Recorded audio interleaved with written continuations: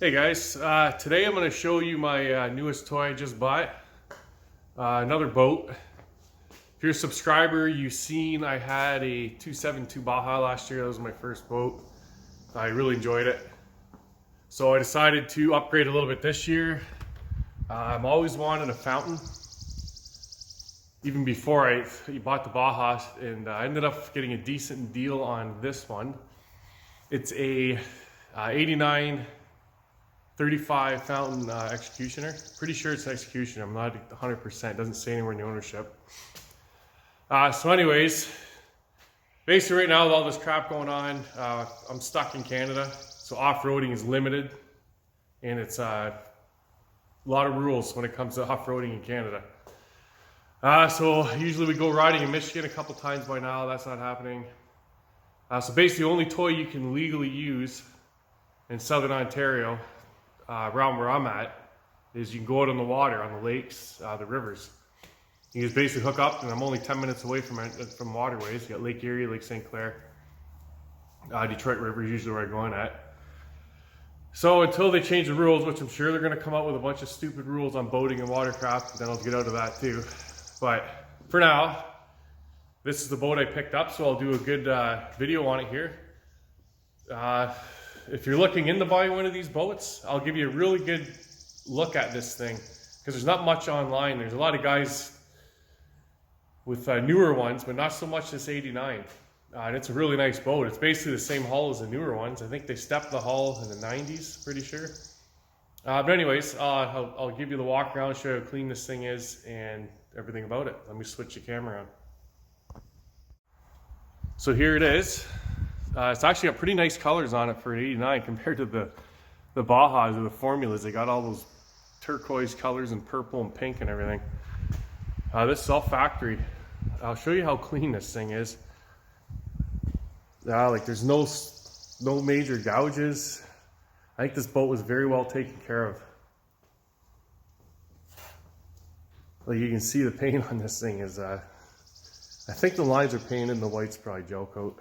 It's got a couple, a little mark there. I mean, that's not much to complain about. But you can see even like an old boat like this, there's only a couple little stretch cracks. You can hardly see them there. Everything's in really good shape on this thing. Like you can see the top shines. I wouldn't mind getting a new windshield for it. Something with the, notice so I can get they got a flare on it. Because this doesn't really block the wind that much. It looks cool, but that's about it. But yeah, you can see just how clean this thing is. I'll go up top, and I haven't even, all I did was just wash it.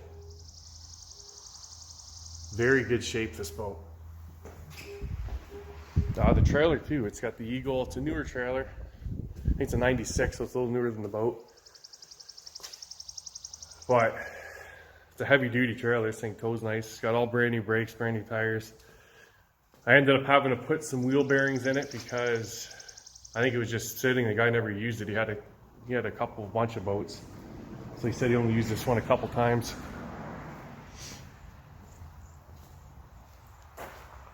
So yeah, it's a 35. Just fits in my shop. Literally, I have about half an inch against the back door and half inch against the front door.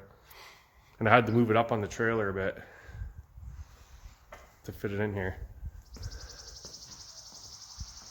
So I'll get up top here. I'll open the engine hatches up. The only thing it needs is sun covers. I don't know why he never put it on. The guy had no money issues. He just never redid the sun pad for some reason. But you can see everything's in pristine shape. There you get a good look in the sunlight. I'll try and show you the drives here. I didn't open the back door up today. It's just extremely windy out. So even the drives, I put new housings on. It needs a little bit of corrosion on some spots, but other than that, it's pretty good. I'll paint the drives up nice. You can see everything's in really good shape under there. So let me climb up top here and I'll show you the interior of this thing. All right guys, so up top here, like I said, you can just see how clean this boat is. Very clean boat. It's still got all the original gauges. I'm switching all this out. I'm gonna make my own panel. Have it, it's going to be anodized red. I'm going to put all the Livorsi gauge kit in. I already looked into that. I'll probably keep these throttles. I'll get them anodized, something cool, possibly red, I'm not sure. But all the switches, everything's in really good shape for being all original on this thing. The seats are pretty good. The bolsters, not really any damage. I think this one's got a little bit here. I'm going to redo these eventually.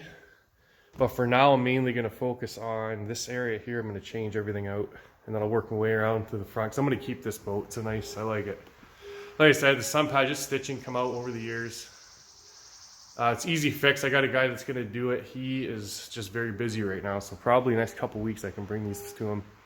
I'm basically going all white, keeping the headrest in it.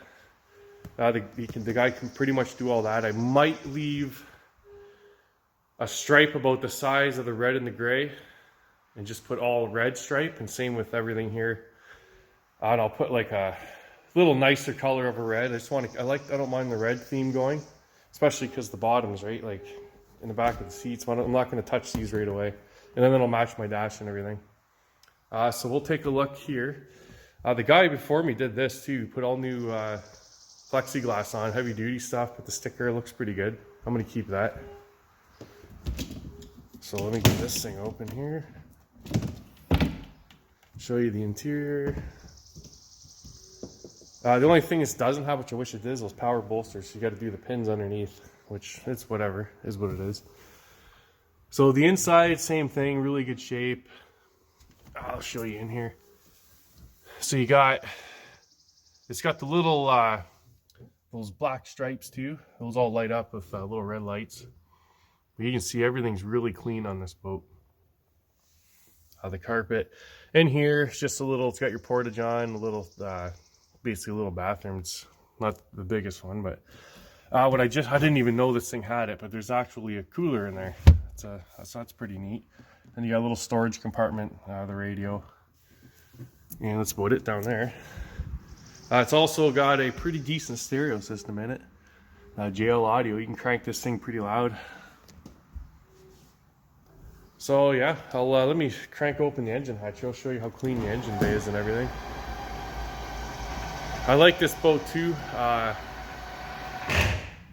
it's got the engines open up like this. It gives you way more room. And the one thing about these fountains, they have a ton of room in here if you got to do any maintenance or anything on your motors. I already actually had to pull these motors to put the new housings on the transom, and it only had the motors out, or back in I should say, about an hour and a half, and then just dressed them up, so it wasn't too bad. You can see it's pretty clean in here.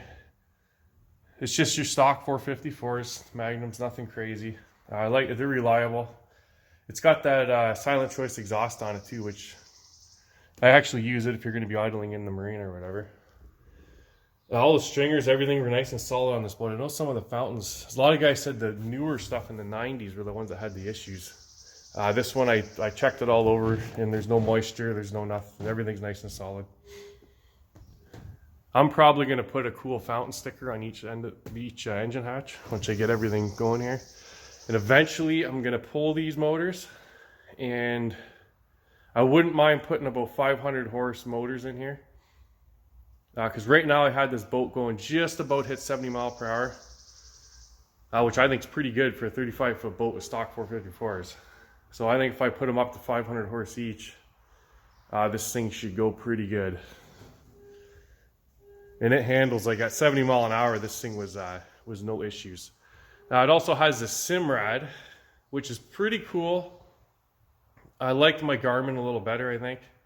But I'm playing with this thing. It's cool. You can bring up gauges, and you just basically, it's all touch screen. So if you want to go to Put in Bay or something from around here, you just basically put your finger on Put in Bay, and then you put go to, and you can set it in and save it and everything in your waypoints, which is pretty cool.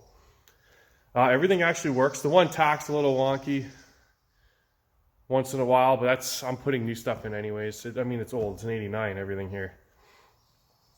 But it's got the mechanical gauges, which I really like those. My other Baja just had the little digital one.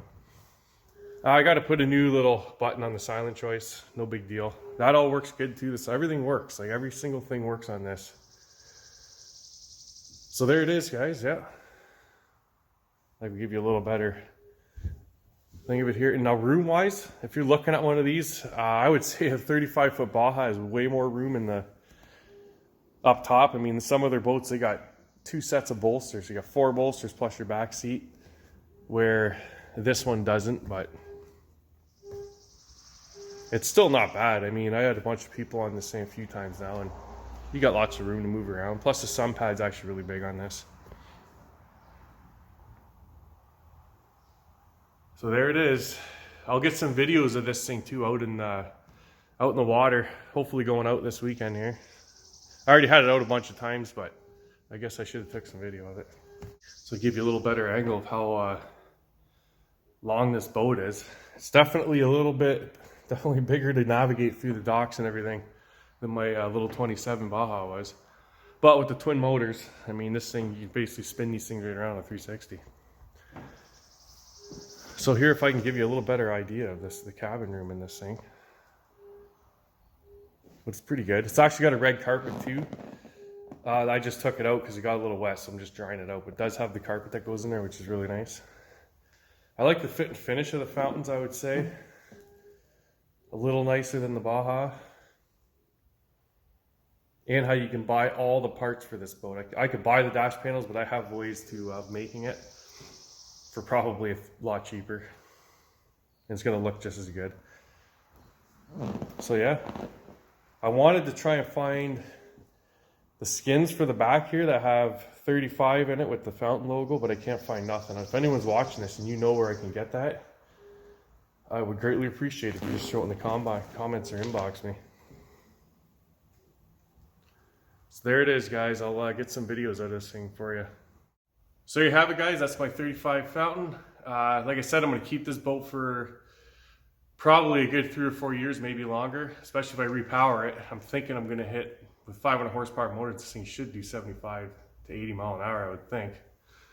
Especially since the stock one's pushing almost 70. So yeah, so I'll get some videos up of this thing running. Some nice GoPro stuff so you don't hear the wind that bad.